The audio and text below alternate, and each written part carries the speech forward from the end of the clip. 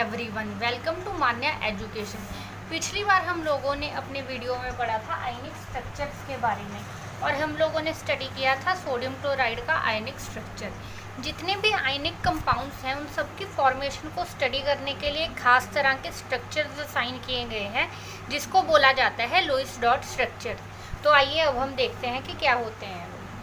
ठीक है जी, Lewis dot structure की हेल्प से हम लोग बहुत आसानी से शो कर सकते हैं कि कौन से एलिमेंट ने इलेक्ट्रॉन्स डोनेट किए हैं और कौन से एलिमेंट ने इलेक्ट्रॉन्स एक्सेप्ट किए हैं। तो सबसे पहले हम लोग अपनी वही एग्जांपल लेते हैं जो हमने पिछली वीडियो में स्टडी की थी, that is sodium chloride NaCl।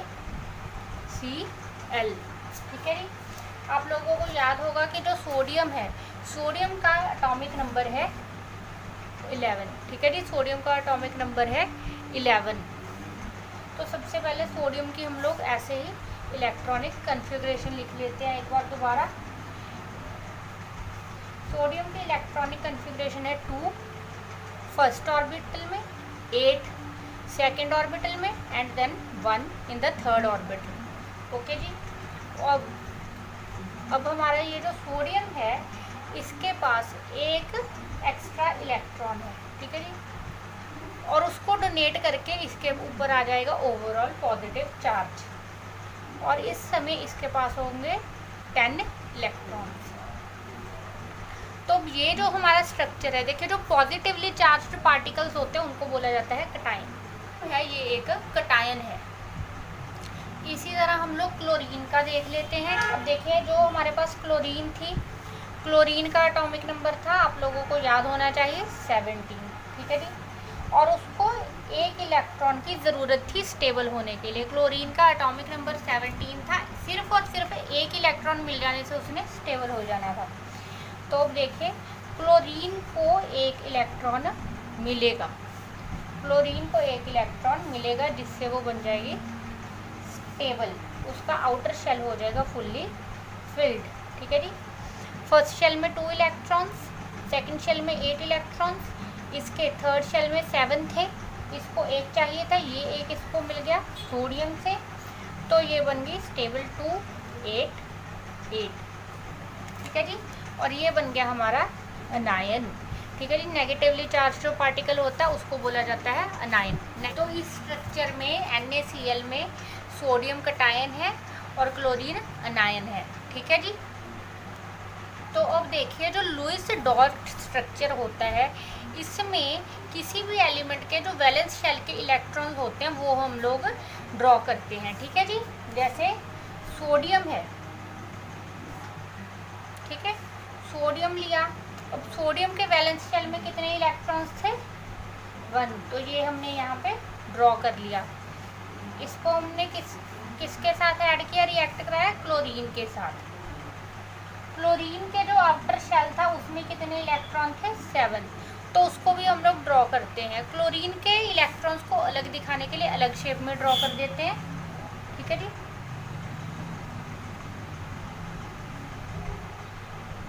अब देखिए 1 2 3 4 5 6 7, ये एक जो वॉइड है ये खाली रह गया, तो सोडियम ने अपना ये जो इलेक्ट्रॉन है इसको दे दिया। ठीक है, भाईबंदी में इसको ये इलेक्ट्रॉन दे दिया। तो इससे क्या हुआ, सोडियम ने अपना एक अनस्टेबल इलेक्ट्रॉन लूज कर दिया, ये भी स्टेबल हो गया। इसको एक चाहिए था, इसको मिल गया, तो ये भी अब चैन से बैठ जाएगा। ठीक है जी, तो ये बन गया हमारा NaCl। ठीक है जी, तो इस तरह से हमारे स्टेबल आयनिक कंपाउंड बन जाते हैं। लोग अपना अब इसी के साथ जुड़ा हुआ topic properties of ionic compound start करते हैं।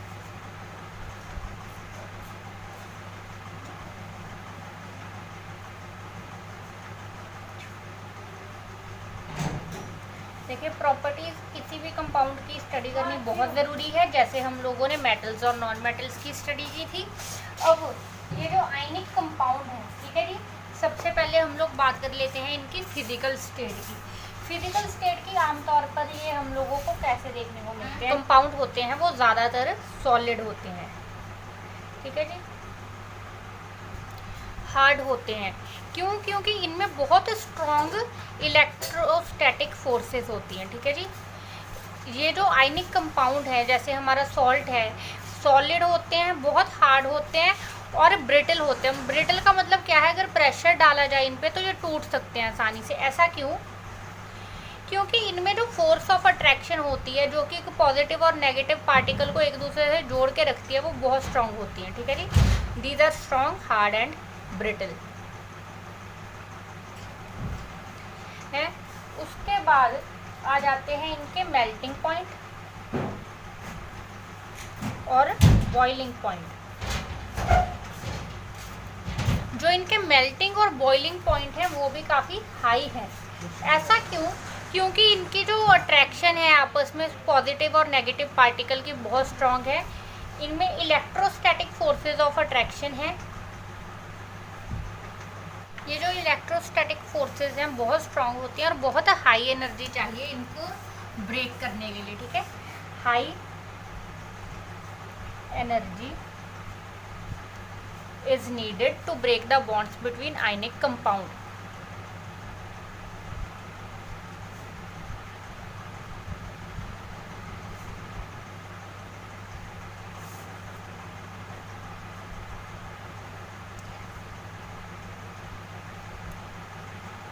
और इसीलिए ये जो कंपाउंड होते हैं, आयनिक कंपाउंड्स होते हैं, ये बहुत ज़्यादा स्टेबल होते हैं। ठीक है जी। क्यों? क्योंकि इनका मेल्टिंग और बॉइलिंग पॉइंट बहुत हाई है और इन्हीं इलेक्ट्रोस्टैटिक फोर्सेस की वजह से ही ये सॉलिड होते हैं और हार्ड होते हैं। उसके बाद हम लोग आ जाते हैं इनकी next property, that is solubility, कि ये कितने सॉल्युबल हैं। ठीक है जी।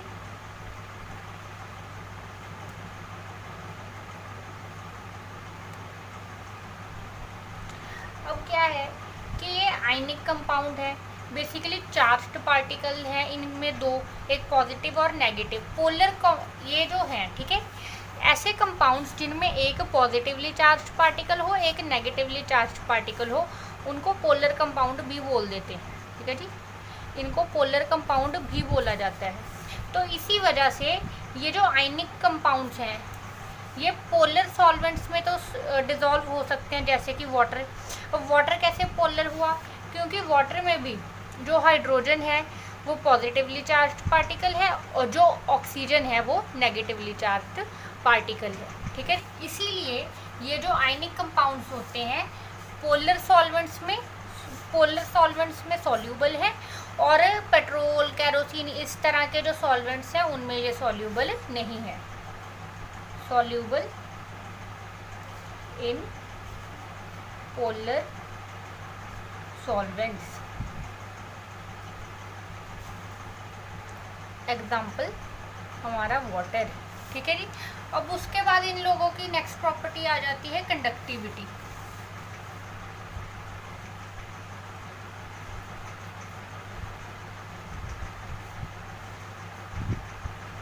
अब आप लोगों को पता है कि कंडक्टिविटी होती है फ्री इलेक्ट्रॉन्स की मूवमेंट की वजह से। जो इलेक्ट्रिसिटी की कंडक्टिविटी है that is due to the movement of free electron. तो अब क्या है कि ये जो आयनिक कंपाउंड्स होते हैं सॉलिड स्टेट में तो ये इनके लैटिस कम्प्लीटली बने हुए होते हैं, इनके पास ज़्यादा फ्री इलेक्ट्रॉन्स होते नहीं हैं, इनके पास आयंस नहीं होते हैं।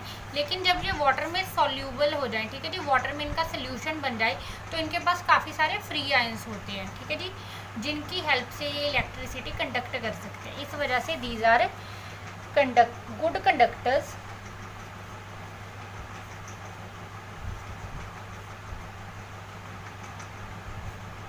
in solutions but does not conduct electricity in solid state। ठीक है जी, इसीलिए ये जो कंपाउंड्स हैं जब सोल्यूशन फॉर्म में होते हैं तब तो इलेक्ट्रिसिटी कंडक्ट करते हैं, लेकिन जब ये सॉलिड स्टेट में होते हैं तब ये इलेक्ट्रिसिटी कंडक्ट नहीं करते। क्यों? क्योंकि तब इनमें फ्री आयंस नहीं होते। चलिए अब हम लोग अपने चैप्टर के लास्ट पार्ट पे चलते हैं, that is extraction of metals.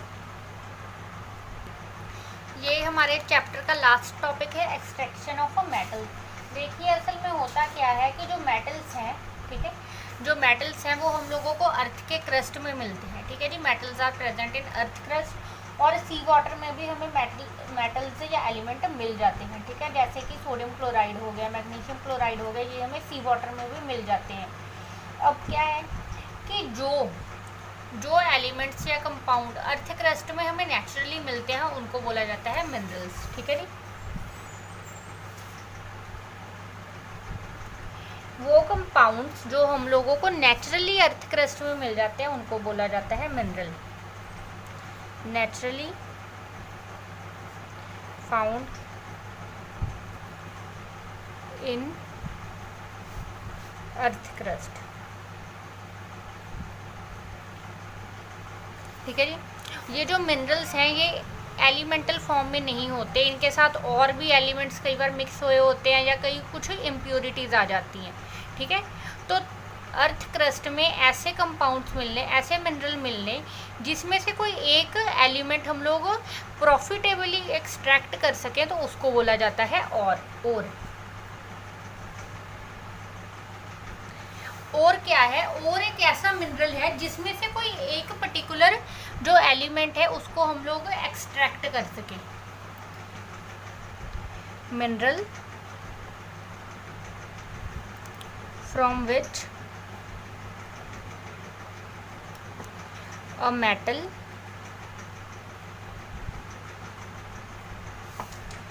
Can be extracted profitably,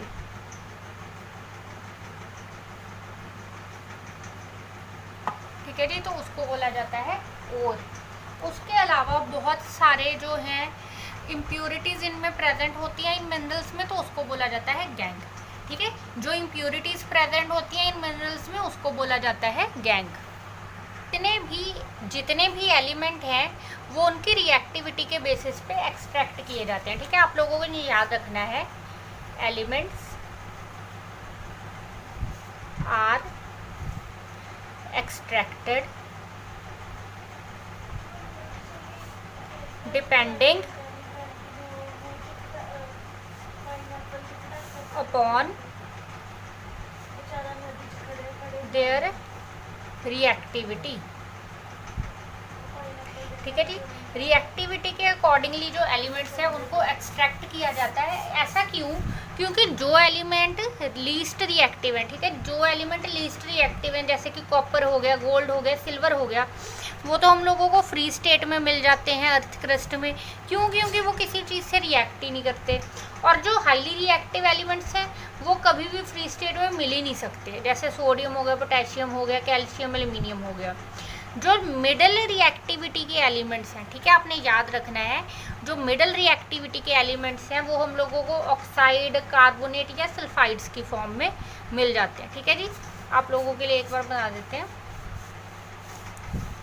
जो तो लीस्ट रिएक्टिव मेटल्स होते हैं, ठीक है जी, least reactive metal free state में मिल जाते हैं, फाउंड इन फ्री स्टेट। जो मिडल में होते हैं रिएक्टिविटी सीरीज के, वो हमें मिलते हैं ऑक्साइड, सल्फाइड और कार्बोनेट्स की फॉर्म में। मीडियम रिएक्टिव मेटल्स, ठीक है जी, ये होते हैं oxides, sulphides and in form of carbonates. Highly reactive जो एलिमेंट हैं वो हमें फ्री स्टेट में मिलते ही नहीं।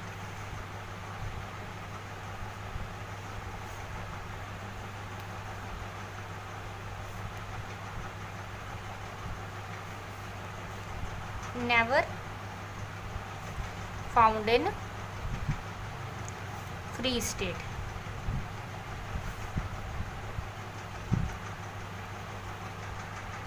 अब जो मेटल एक्सट्रैक्शन है उसका फर्स्ट स्टेप है कंसंट्रेशन ऑफ ओर। ठीक है जी। कंसंट्रेशन ऑफ ओर का मतलब क्या है कि जो हमारे पास ओर आया था या मिनरल आया था उसमें बहुत सारी इम्प्योरिटीज़ थी और भी मेटल मिले हुए थे कम कम अमाउंट में, तो हमने क्या करना है, जिस भी मेटल को एक्सट्रैक्ट करना है उसको कंसंट्रेट कर लेना है, सारी की सारी इम्प्योरिटीज़ रिमूव करके, इम्प्योरिटीज़, डस्ट, सॉइल, सब कुछ हमने उससे रिमूव कर देना है। तो उस प्रोसेस को बोला जाता है कंसंट्रेशन ऑफ ओर। इस प्रोसेस को हम लोग एनरिचमेंट ऑफ ओर्स भी बोल देते हैं।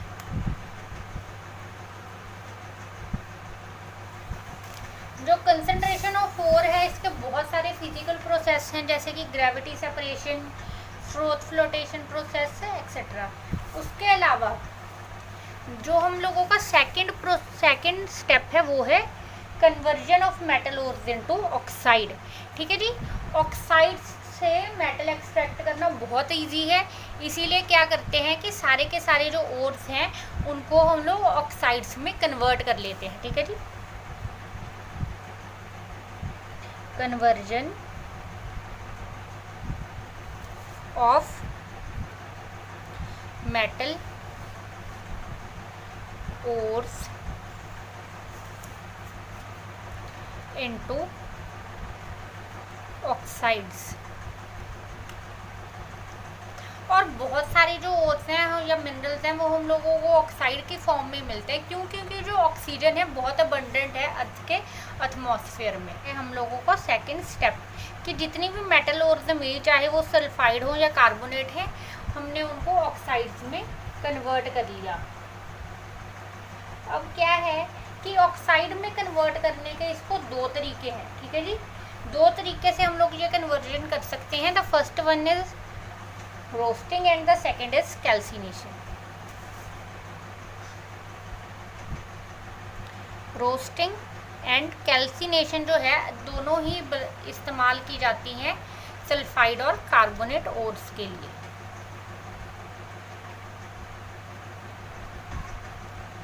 अब जो रोस्टिंग है, रोस्टिंग से हम लोग कन्वर्जन करते हैं सल्फाइड ओर की, और जो कैल्सिनेशन है उससे हम लोग कन्वर्जन करते हैं कार्बोनेट ओर की। ठीक है जी। रोस्टिंग और कैल्सिनेशन दोनों ही हीटिंग के प्रोसेस हैं। जो हमारी मेटल ओर मिलती है उसको हम लोग हीट करते हैं, लेकिन जो रोस्टिंग है वो एक्सेस ऑफ एयर में होती है, मतलब जो रोस्टिंग है एयर में होती है, इन एक्सेस ऑफ एयर। और उससे उल्टी तरफ जो कैल्सिनेशन है इसमें एयर की बहुत ही लिमिटेड सप्लाई होती है। कैल्सिनेशन करते हैं लिमिटेड सप्लाई ऑफ एयर। ठीक है जी। रोस्टिंग यूज होती है सल्फाइड्स के लिए, कैल्सिनेशन कार्बोनेट ओर्स के लिए। और उसके बाद जो लास्ट आती है वो आ जाती है रिडक्शन।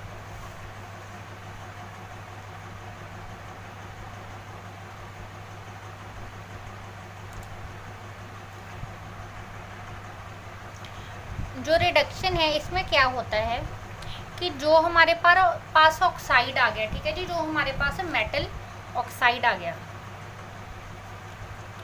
उसको बहुत ज़्यादा हीट किया जाता है। मेटल ऑक्साइड को हीट किया जाता है जिससे हम लोगों को मेटल मिल जाता है। मेटल ऑक्साइड इज हीटेड और हम लोगों को मिल जाता है हमारा मेटल जो भी हमने एक्सट्रैक्ट करना था। उसके बाद अब ये जो हमारा मेटल आ गया उसको प्योरीफाई कर लिया जाता है। ठीक है जी। अब इसी प्रोसेस को एक्सट्रैक्शन ऑफ मेटल को हम लोग एक चार्ट के थ्रू रिवाइज कर लें। सबसे पहले हम लोगों को अर्थ क्रस्ट से ओर मिली, जो ओर थी उसको कंसंट्रेट किया गया। ठीक है जी। ओर की कंसंट्रेशन हो गई। अब हमने बोला था कि रिएक्टिविटी के बेसिस पे हम लोग मेटल्स को एक्सट्रैक्ट करते हैं। रिएक्टिविटी के बेसिस पे मेटल्स को तीन तरह से कैटेगराइज किया गया: metals of low reactivity, metals of medium reactivity और and then metals of high reactivity. ठीक है जी। जो मेटल्स ऑफ लो रिएक्टिविटी होते हैं वो ज़्यादातर फ्री स्टेट में मिल जाते हैं या उनके कुछ सल्फाइड्स और होती हैं। जो लो रिएक्टिविटी के मेटल्स होते हैं उनको सिंपली हीट करने से हम लोगों को हमारा प्योर मेटल मिल जाता है। ठीक है, देखिए जो लो रिएक्टिविटी वाले मेटल होते हैं उनको सिंपली हीट करके हम लोग उनसे प्योर मेटल को ऑब्टेन कर सकते हैं। ठीक है जी, देखिए जैसे ये metals of middle low reactivity वाला ऑर्डर दिखाया है, इसके कुछ सल्फाइड्स और भी मिल जाते हैं। तो उसको रोस्ट किया गया, सिंपली हीट किया गया, इसका मतलब है उससे हम लोगों को मेटल मिल गया जिसको हमने रिफाइन कर लिया। अब आ जाते हैं मेटल ऑफ मिडल रिएक्टिविटी पे। जो मेटल ऑफ मिडल रिएक्टिविटी है ये हम लोगों को कार्बोनेट और में भी मिल जाते हैं और सल्फाइड और में भी मिल जाते हैं। अगर तो सल्फाइड और हो तो उसको हम लोग रोस्ट करते हैं, अगर कार्बोनेट हो तो कैल्सिनेशन करते हैं। उसकी रोस्टिंग होती है in presence of air, excess of air, और कैल्सिनेशन में जो एयर होती है वो बिल्कुल लिमिटेड होती है। इनकी रोस्टिंग और कैल्सिनेशन करके हम लोगों को मिल गई ऑक्साइड ऑफ मेटल। अब मेटल ऑक्साइड को हम लोगों ने रिड्यूस किया, कैसे? हीट करके, जिससे हम लोगों को मिल गया प्योर मेटल। ठीक है जी। अब आगे metal of high reactivity. Metal of high reactivity जो होते हैं, हाईली रिएक्टिव मेटल होते हैं, इनको इलेक्ट्रोलाइसिस करना पड़ता है। इलेक्ट्रोलाइसिस क्यों? क्योंकि बहुत रिएक्टिव होते हैं, इलेक्ट्रोलाइसिस करके ही इनको ब्रेक डाउन किया जा सकता है, दूसरे कंपाउंड से अलग किया जा सकता है। तो इनका इलेक्ट्रोलाइसिस करके हम लोगों को प्योर मेटल मिल जाता है।